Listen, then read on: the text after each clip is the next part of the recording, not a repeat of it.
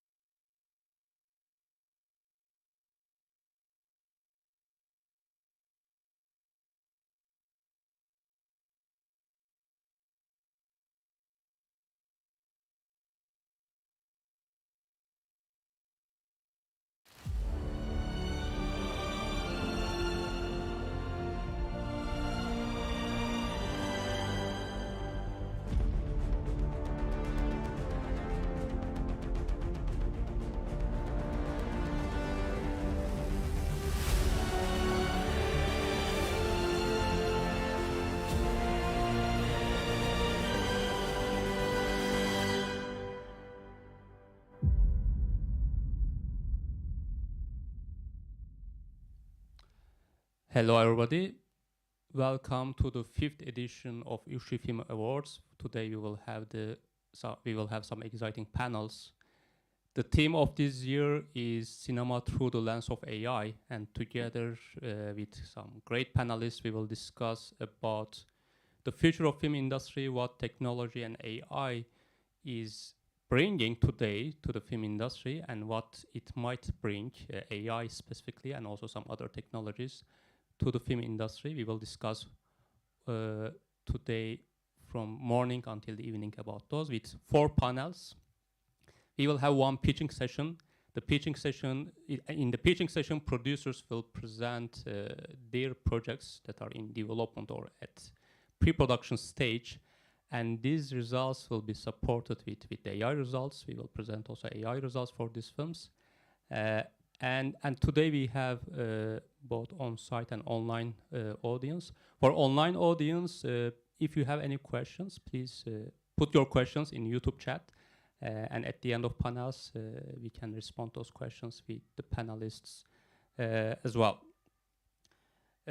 One more thing, we will have also an awards ceremony today at the end of the day.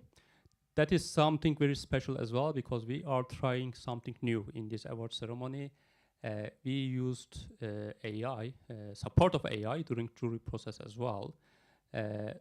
So the winners are determined with the help of artificial intelligence. This is something new. It's not a practice that is done in the movie industry. That will be an interesting thing for us and also for the audience to observe today as well. And at the end of, after the award ceremony for the on-site audience, we will have also an apero. Okay, so let's start with the first panel. Today we will discuss in this panel the future of film industry. Our guests are Jelena Goldbach from Filmproduktion from Germany. Then we have Loredana Rehekampff with Samsara Filmproduktion from Austria. And finally we have Matthieu Rubin, Sazia films from France. France or Switzerland, which one? I think you're in both, right? So yeah. Okay. France and Switzerland. Okay, so we will mostly talk about the future today, but just before that, for the audience, it's good that we learn a bit about the past of our panelists as well, and how this past helped them to build the future. Let's start with Jelena. You are a producer and member of European Film Academy and woman in film and television, and you started SAG Films for the productions. Could you please mention a bit more about your activities as a producer, and then later we'll talk how this helps for your future planning. Well, hello, good morning, and thank you for inviting me here. In fact, it's my first panel, so I can practice talking about how I started. I mean, for me, because I grew up in Russia and every 10 years I moved around. I was in Germany, and then for me it was really important to study and get sort of European view on things. I studied in London, and afterwards, after my master's film producing degree, I came back to Germany, and I just simply couldn't make German stories. And I was quite lucky to produce a short film that won a big pitch award as well. It was the Robert Bosch co-production prize, and we shot the film in Zagreb, and then it premiered in Cannes, Semaine de la Critique, and won then afterwards the European Film Award. And that gave us a lot of money from the German film industry to go on producing other projects, and I managed to do 3 co-productions, all international, with Brazil, with the US, and another movie that actually played in competition, Locarno. So my thing was always very international European co-productions, finding stories that transcend borders. And actually, for me, it was always important, and retrospectively I realized that I always worked with women or tried to tell women's stories. And that's something that I want to continue to do, just basically because in this industry still a lot of women are underrepresented, and I think there's a lot of scope to go that way and to develop. And do you see some positive progress in recent years in that? Yes, in certain areas. It's very hard to find female directors because they're all making their own movies, or they're going straight away to Hollywood after one film. There's a good example from the German industry. But a lot of writers, for instance, in TV series, they're not really recognized as showrunners, so creatives are still a lot of men, so there's still a lot of space to go. And of course, people of color and LGBTQ, all of this is still the future as well. Great, yeah, thank you very much. And then let's connect to Loredana. You hear us, Loredana? Yes, How are I you? do. You're okay? How are you? Yes, I'm fine. Okay, Thank you. that's great. Thank you very much for connecting. So, Loredana, you've been in the industry with the different hats as editor, consultant, and producer. Could you please also talk about your projects and those activities, and also mostly as a producers? Yes, of course. Firstly, good morning, and thank you for having me online. But I was not an editor. I was a commissioning editor once at our national broadcaster. But I started really working on set, working in line producing and being an employed producer. And in 2017, my partner Andreas Schmid and me founded Samsara Filmproduktion here in Austria, Vienna. Because we wanted to tell stories for the audience. Our company is very audience focused. So what we are trying to do is doing genre films for the international market. Of course, socially relevant, so they should have a meaning. It's not just pure genre for selling, but still, I think especially in Europe, genre films are still underrepresented. And for our national market here, we're doing mainstream movies, especially comedies. It's very interesting to work in both fields because we just produced Rubicon. It's a space sci-fi film, which we produced only out of Austria. Actually, it's going very, very well and sells worldwide. It's in English. And it's an interesting experience to see how socially relevant but still very clear genre movie from a very small country can travel that well. On the other side, we produced Glamour Chasing the Line, which is a biopic about a ski legend here in Austria. And it takes place in the 70s, and he's the national hero. It was quite a big budget for an Austrian movie too, and went very well with the audience. So these are the two the focus we're on, and especially regarding comedies and mainstream movies, we're also trying to work with a lot of female directors and tell a lot of female stories, because still in mainstream it's very male dominated, of course, because of the US and Hollywood, but also because a lot of writers and directors are men. So we are really trying to tell female stories for a very wide audience. That's about it. Thank you. Making mainstream films in small European countries, that's very extraordinary, right? What is your secret? I mean, because we are in Switzerland. I think it's probably similar size countries that there is a big challenge of making mainstream films with the big audience. What will be your suggestions for other producers?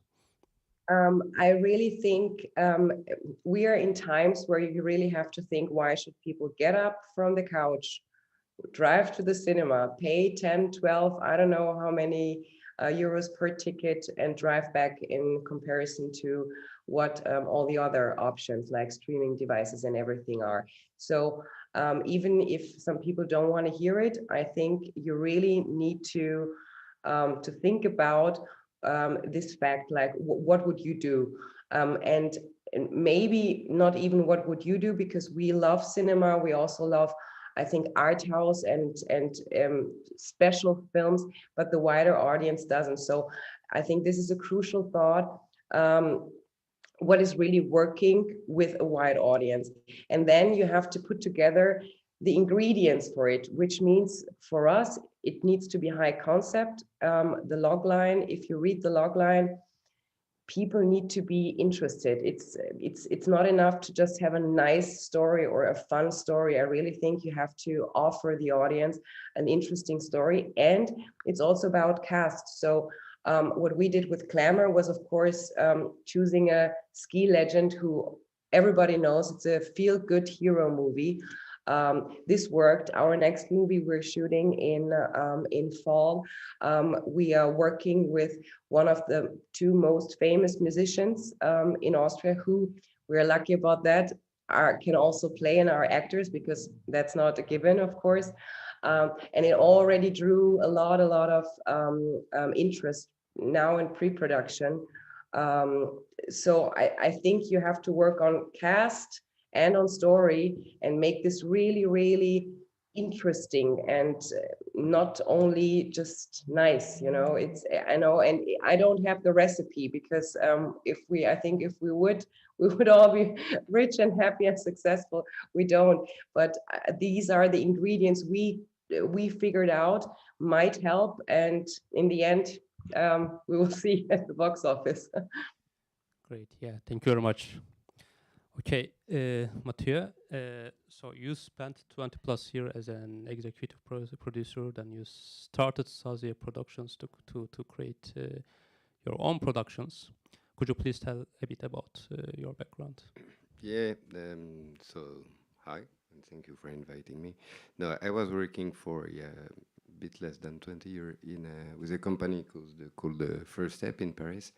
And we were doing production services, executive production for foreign movies going to shoot in France, everywhere in France. And we started with a UK production, and then we co-produced the two Woody Allen movies who came to shoot in France. And so it opened the market to the US. And then we made a lot of US and UK movies, and now especially series, because it's what mainly come to France or everywhere to shoot. And after working all this time as an executive, I wanted to do my own projects. It's like when you work in a restaurant and you are the assistant of the chef at the moment you want to do your own recipes. So I wanted to build the menu. And then I just produced a movie that will be screened this afternoon.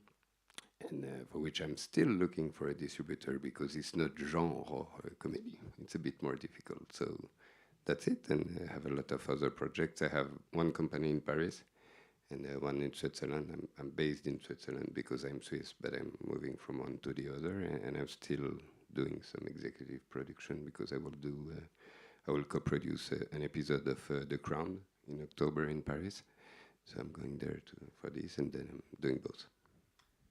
And for your own productions, do you have a target of wide audience, or you would say you focus more on a specific type of audience, or a niche audience? For me, I think I'm more than an independent producer. Of course, I know that what is working now is comedy and genre, mostly, and TV shows for the platforms. But me, what I want to do also is give a chance to young directors, people who won't have the chance to do the movie if you don't try really to help them, which is very complicated now with the situation that we have, because of course it's even more risky to go on small movies. All the distributors then don't go on any small movies anymore, because the cost for a movie is around 50,000 euros for the editing cost, which is even going higher and higher, because the platforms are not only taking space on the screen, but also on the marketing side. So everything is going more expensive to have viewers.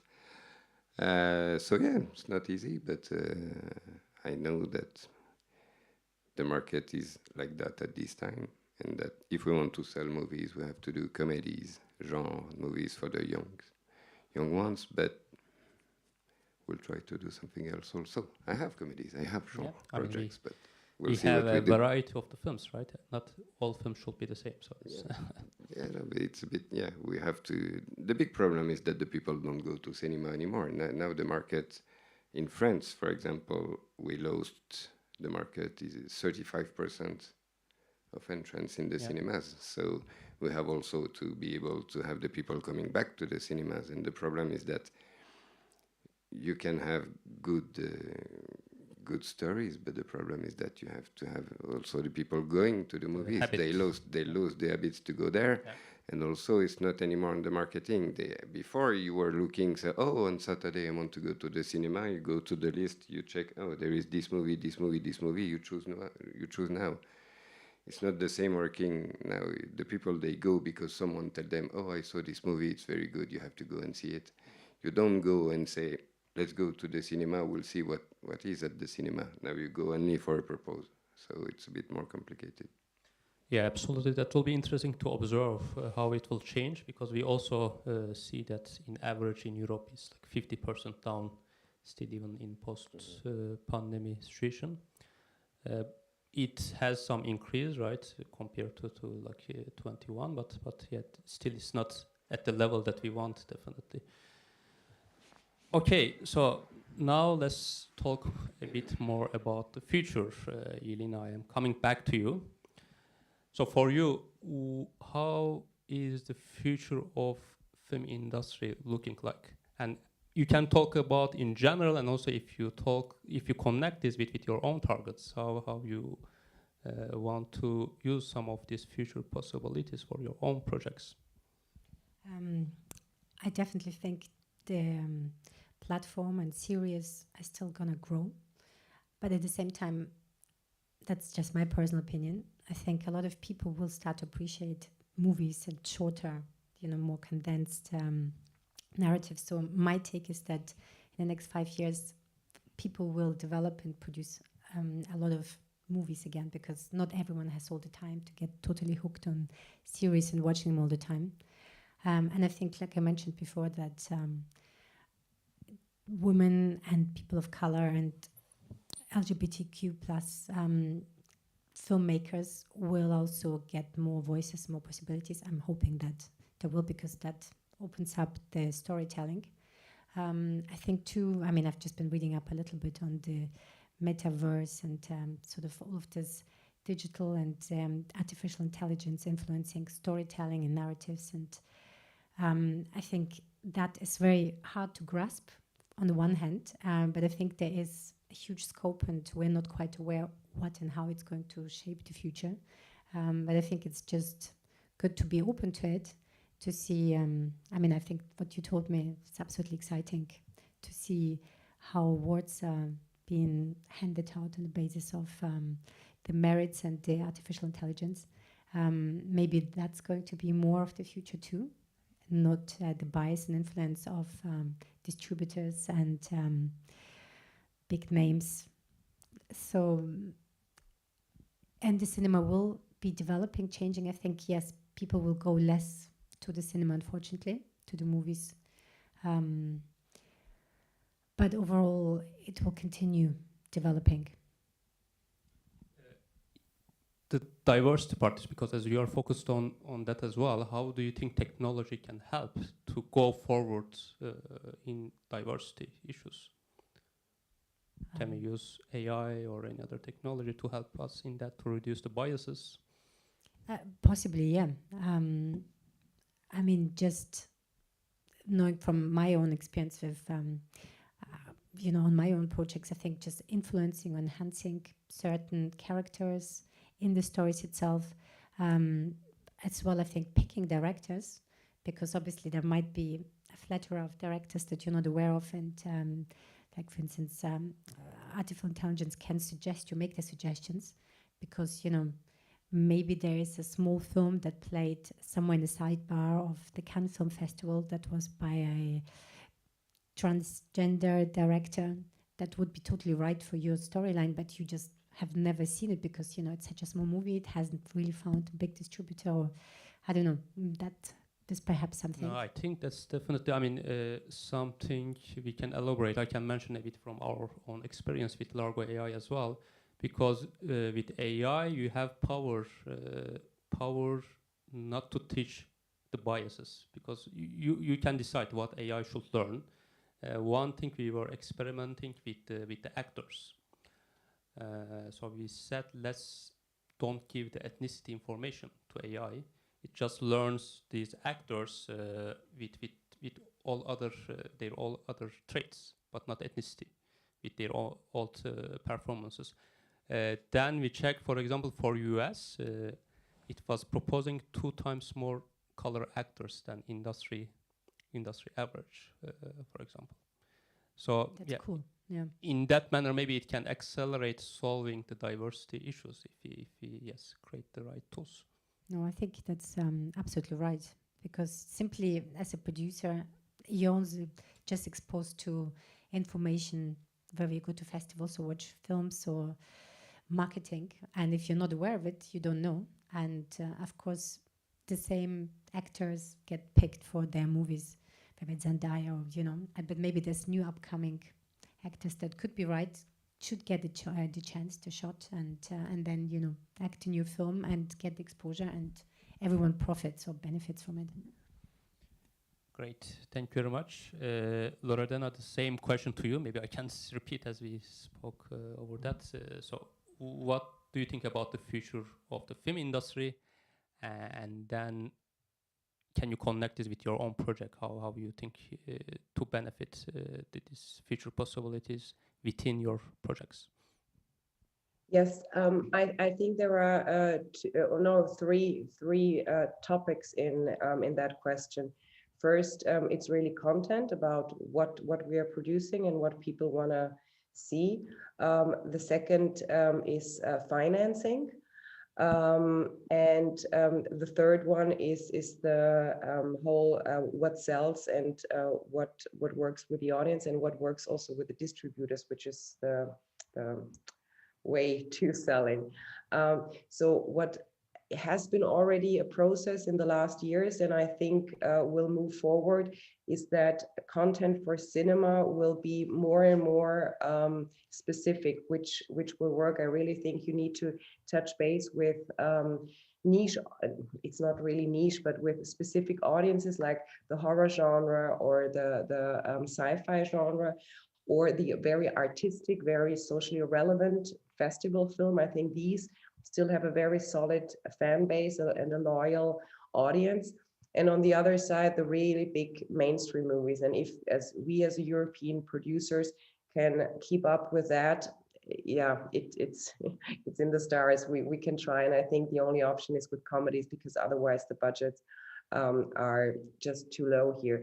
The other thing is that yes, people will go less to cinema. I also think that the thing which calms me a bit in our industry is that content, I think, won't be a problem, or we don't lose our jobs, because people love storytelling. People love to see movies or series. I totally agree with my colleague that that maybe people don't want to invest so much time anymore and watch TV series. So a trend to just 90 to 120 minutes might really be better for some people, and it's also a little bit overwhelming. I remember the times when we just had, I don't know, Breaking Bad and some great TV shows, and everybody was watching the same, and you knew what to do. Or when you turn on the streaming device, and now you're flooded, you need like 1 hour to choose what to watch.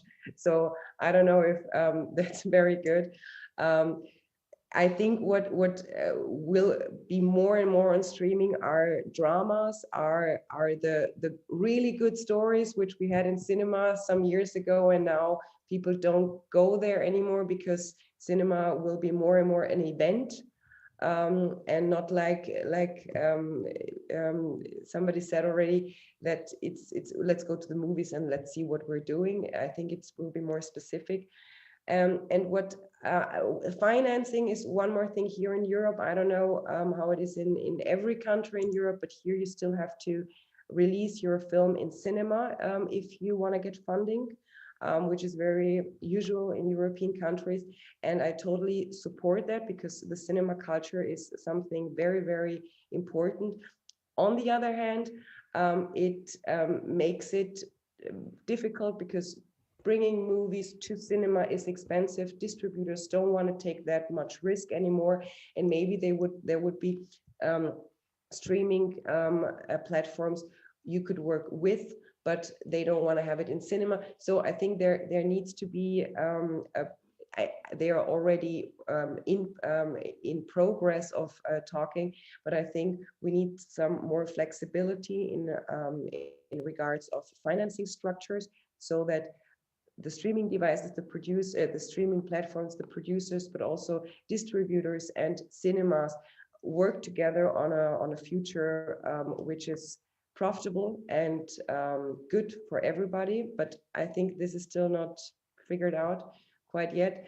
And regarding AI and our projects, I think it's very, very interesting because as a producer, especially if you're a small company, you're very much into your projects. You don't have any more distance at a certain point, and you are very much in your bubble, in your train, which goes directly to hopefully producing and financing. So having a tool and AI which helps you broaden your horizon, which brings up actors, analysis, everything that has to do also with the audience, with the financials, because sometimes you're really biased in your opinion and in your judgment. It's really, really helpful. And we are preparing now a science fiction movie again, which is called Rehekampff for a Robot, where a robot is our main role, and it's also in English. And it's especially if you don't have that many references for your movies, like it's a film like XY, then it's really helpful to get insight, to get data, and to shape your project in the right direction, of course, in collaboration with the creatives. So actually, I'm optimistic. I think it will change a lot and it won't be the same, but most of the time it gets better, or at least I hope so. Yeah, and from your comments, that's something I understand. In either case, we still need hard work for the good project, right? So even in the future or the past, Yes. because this is one of the misunderstanding that if we use AI technology, that the things will be much simpler. Actually, you have even more things to do, right? So because you get with AI, you get the insights, but then you need to interpret these insights, and you need to do more work from that insights. That's something we see a lot, like a misunderstanding that AI will come and do all work for us. No, I don't. I never thought about that. Even when I started to work with the tools, or to get myself familiar with the topic, it's, for me, it's an amazing addition. We all know that situation when you lose scope of your project because you're lost in so many details and in so much work and in so much daily work. So for me, it's a valuable addition. It's nothing. The business is also very personal. Let's not forget that. So to have one component which is not personal is, I think, a huge help. And yes, you have to do the work, because just because the AI tells you certain things, firstly, there are still humans involved, and a human will shoot the movie. It's not AI.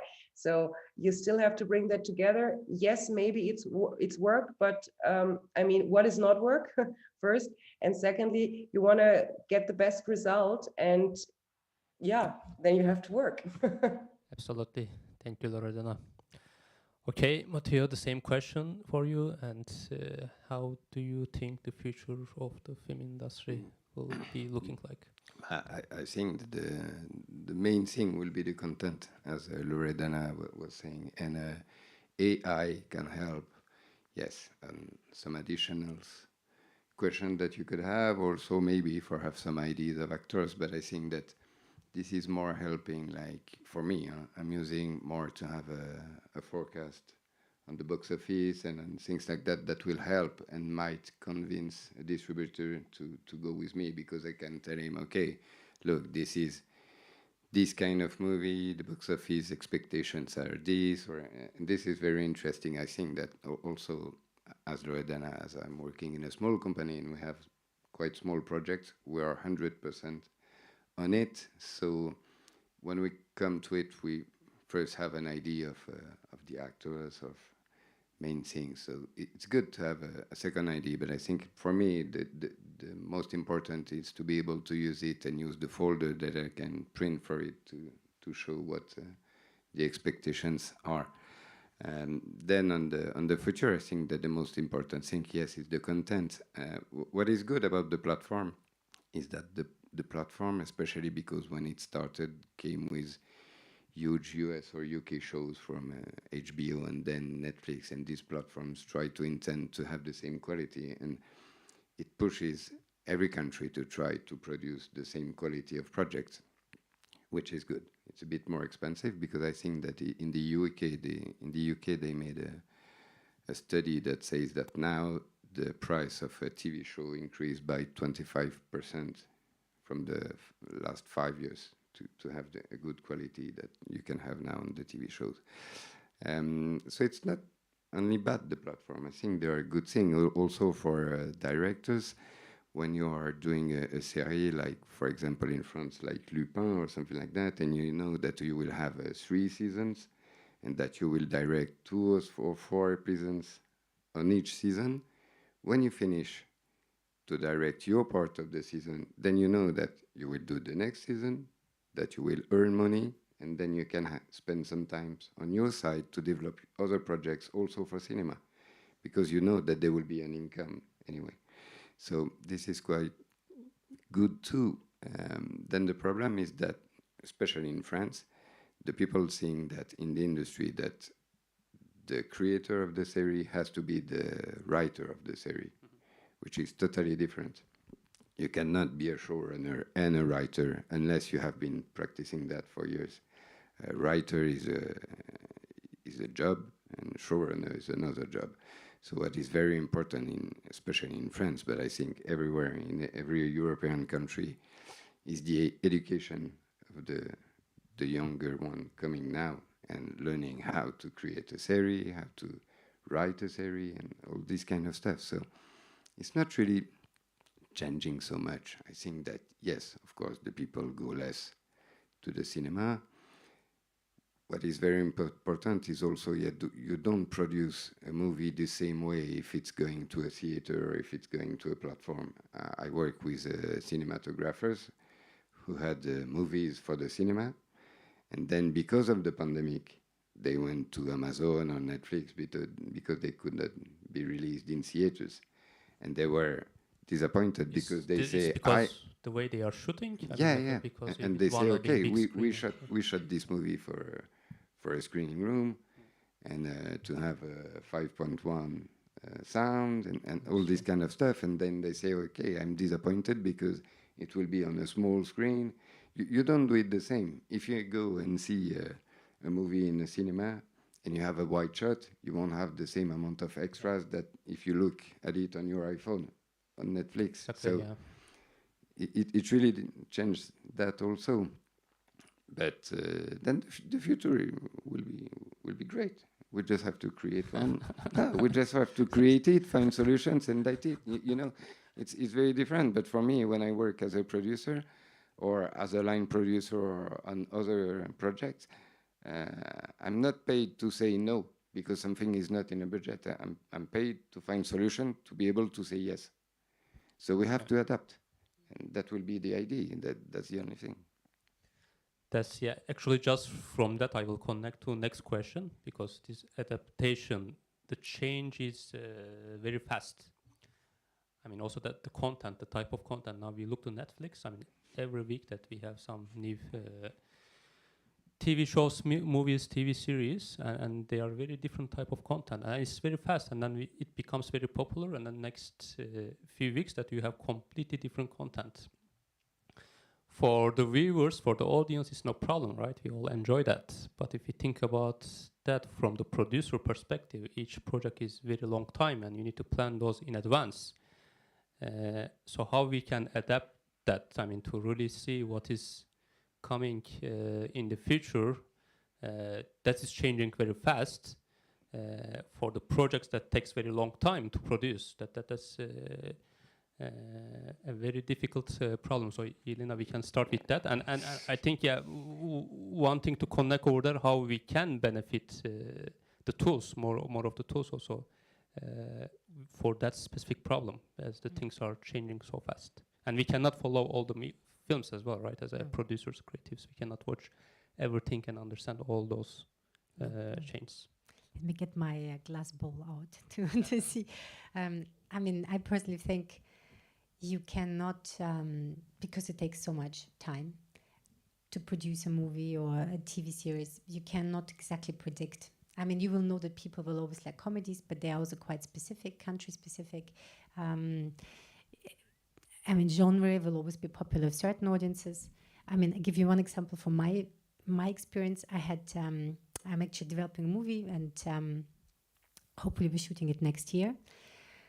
And I found this book, I don't know, 15 years ago. I tried to make it 10 years ago already with a writer. And I was told in the UK that it's just not the right time. I mean, I knew that anyway, but because it touches on the British colonial past, everyone in England said to me, no, it's not right. But actually, the story of the book is really Me Too. It's violence in a relationship. And I always knew that it's going to make a great film. The book is super cinematic. At the core of it is only two people. It's really tense, dramatic. There's some madness in it. And 10 years ago, it would have been impossible to make the movie now. Hopefully we're making it next year. And I have a really great co-producers on board. And now it's the time. But actually, I think in 2 years' time, people will be sick and tired of hearing Me Too stories. So you never know. I mean, you can make a movie and something terrible happens, like, I don't know, some shooting, something that happens in your movie. I think there was one film that was supposed to come out in France, and it just happened on the time of the Charlie Hebdo. Yeah, it was Bastille Day. We shot it in France. Yeah, and yeah. The problem So is that the sometimes you don't know. I think the most important thing is to identify, find stories that will connect with the audience, but particularly if it's kind of event specific, it has something, you never know. It might be right, might be wrong. I think it's just about making the best stories, and I think artificial intelligence can really help shape the story around it, but you have to go by your own instinct, and the stories that you connect with, that you love to see, or, you know, you obviously the audience would potentially like to see, but you never know, you know. There might be, I think there will be a wave of post-pandemic movies coming out, but again, people will be sick and tired of maybe wanting to go to see one of those. So I really think identifying good stories, that's sort of the skill of a producer, and finding the right talent, writers, directors to shape it and make it to your best ability with the tools and with your experience. And also hoping that the time is right, because I think there's certain elements you cannot influence. I mean, it's a bit like the world market, you know, the stock market goes down because there's all these big elements around it, the macro world. So sometimes a filmmaker, you're really depending on that as well.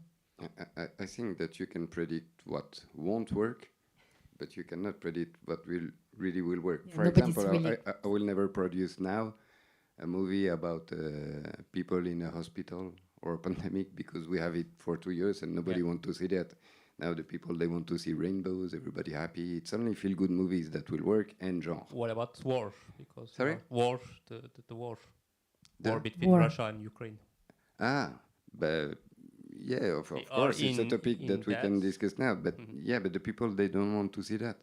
Now They the already people, don't want to see it on the news, you know, it's already losing people, it. they want to do something, clear sky and everything, or genre, because you choose to go a genre film. But also, your movie has to be really identified. You will go and see an art movie if you like art movie, that this kind of stuff. But yes, of course, it's difficult to know what will work or not. But you can know what won't work. What will work now is feel-good movies, genre movies, movie with huge actors. But as a producer, we see that works now. You think it will work also like in 1 year if you just produce now? It will take another 1-2 years. So Nice. that's I always think a that question. comedy we can see for years that it's working, and feel-good movies also. If you see like the first really feel-good movies, as I think, were released in the 90s and beginning of 2000 with Four Weddings and a Funeral, Love Actually, of this kind of movie. Yeah.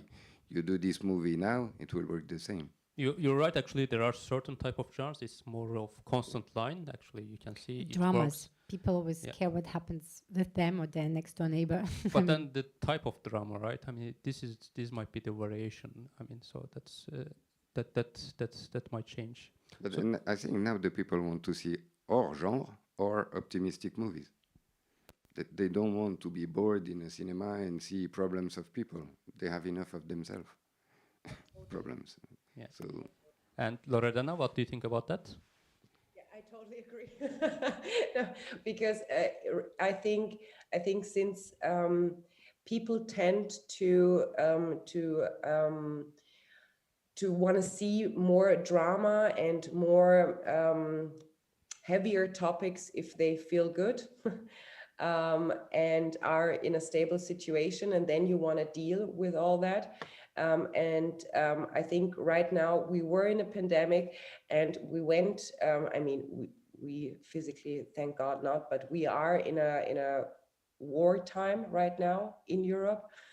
And moreover, the cost of living and inflation and situation, it's getting, I don't say black, but I'd say gray. So I doubt that people want to deal now after work, after they have a very stressful or a bad day, with more difficult topics. So distraction is, I think, the way to go at the moment. And yes, I also think that it will be in the next years, not because I think the world will be worse and we will need more positive content, but just because I think the situation and the mindset of people won't change that quickly from thinking about what happened the last years. And people really need positive energy. And I totally agree that this will be genre, because you're going into a different world, you're opening up your mind, and you are frightened by a horror movie, or amazed by a fantasy film, or intrigued by a sci-fi, or you just want to laugh. And I don't think there is anything wrong with it, because I love that we have a European art film culture. And on the other hand, film is also a way for people to, it's also entertainment. It's entertainment, and we should have both. And I think we should always, as a producer, we should always try to feel what's going on, try to see what comes next, and then lay our focus on these contents.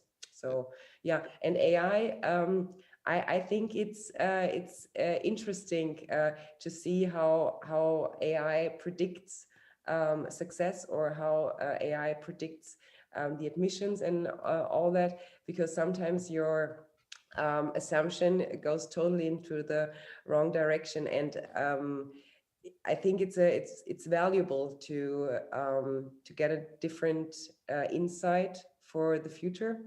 I don't know, but yeah. I think what is difficult with the AI and the prediction is that it totally changed the last 2 years. Because Right. all the middle movies, like the one who are doing like between 500,000 and 1 million entries, you don't have anymore this kind of movie. You have of movies that are a big success, or movies that have 10,000 spectators or something like that. So it's complicated. And for the genre comedy, and what we need to think also is what will bring the people back in the theaters. The people, they also go back in the theaters to share the emotions, and to be in a group that you can not have when you are looking at something on Netflix or on a platform or anything. And the best thing to share the emotions is comedy, because you hear the other people laugh, makes you laugh and everything, or the genre movie because you will hear the people frighten, and that's what the people need to share together. And that could be something that make them go back to the theater, to have this feeling of being together and living something together that you cannot have on a platform. So I think, of course, comedy and genre, and yes, movie that will make people cry, or anyway, movies that will give emotion to the people will be the one that will bring the people back in the theaters, and that's what we want. So I think that's the idea. Eventually, the audience should connect with the film, right? That's the most Yeah, important thing. and you react different if you're alone, if you're on your sofa, or if you're in a screening room and you hear the whole room laughing, or Yeah. it's different. Yes, actually, we are at the end of session, but maybe we can just get one question from the audience. So we have, is there any question on site? But we have some online questions. I think, yeah, maybe we can just directly go to this one of the online questions. Can young directors stand against big streaming companies? So can young directors stand against big streaming companies? What I mean is that it's already difficult to find funding to make the first movie for young directors. Streaming platforms producing easily. But I think it will be the same for platforms or theaters. No, it's very difficult for young directors. It's not impossible, but platforms at the beginning, they took young directors and they took young actors who became famous with the series. Now that the series are going on top of movies, you can see all the series, they have huge actors now. When you are an actor, actor, you have to go in the series. For the directors, it's the same. Many big directors go to the series, and it's difficult for a young director. And the platform, it's a bit complicated when it's your first movie, but it's even more difficult for to go to the theater, because the expense for the distributor is very, very high. So it's difficult with young directors, I think. But I want to give a good example. I mean, in Germany, there was this filmmaker, Nora Fingerscheid, who made the movie Systemsprenger or System Crusher. And it was literally her. I mean, she made a documentary before. It was a very small German movie that won a lot of awards and was then the German nomination to the Oscars. And her next movie was for Paramount with Sandra Bullock for Netflix. And it was like huge success on Netflix. And now she's off doing even bigger things.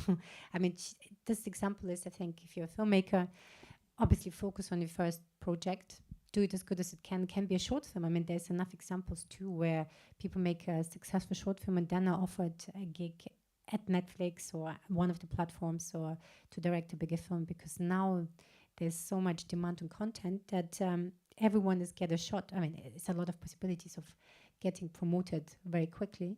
So, and you can make a small thing first and then go bigger. That's possible. That would have not been possible so easily 5 years ago. Yeah. I also would like to add something.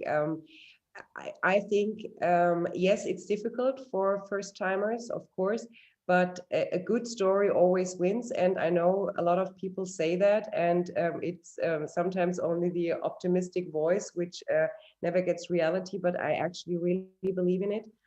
Because, for example, Rubicon, it was our first movie, and it was actually the first movie of our director, Leni Lauric. We had 2.9 million, and everybody said that's crazy. You can't do a space sci-fi a film with that budget, with a first-time director, with a first-time producer.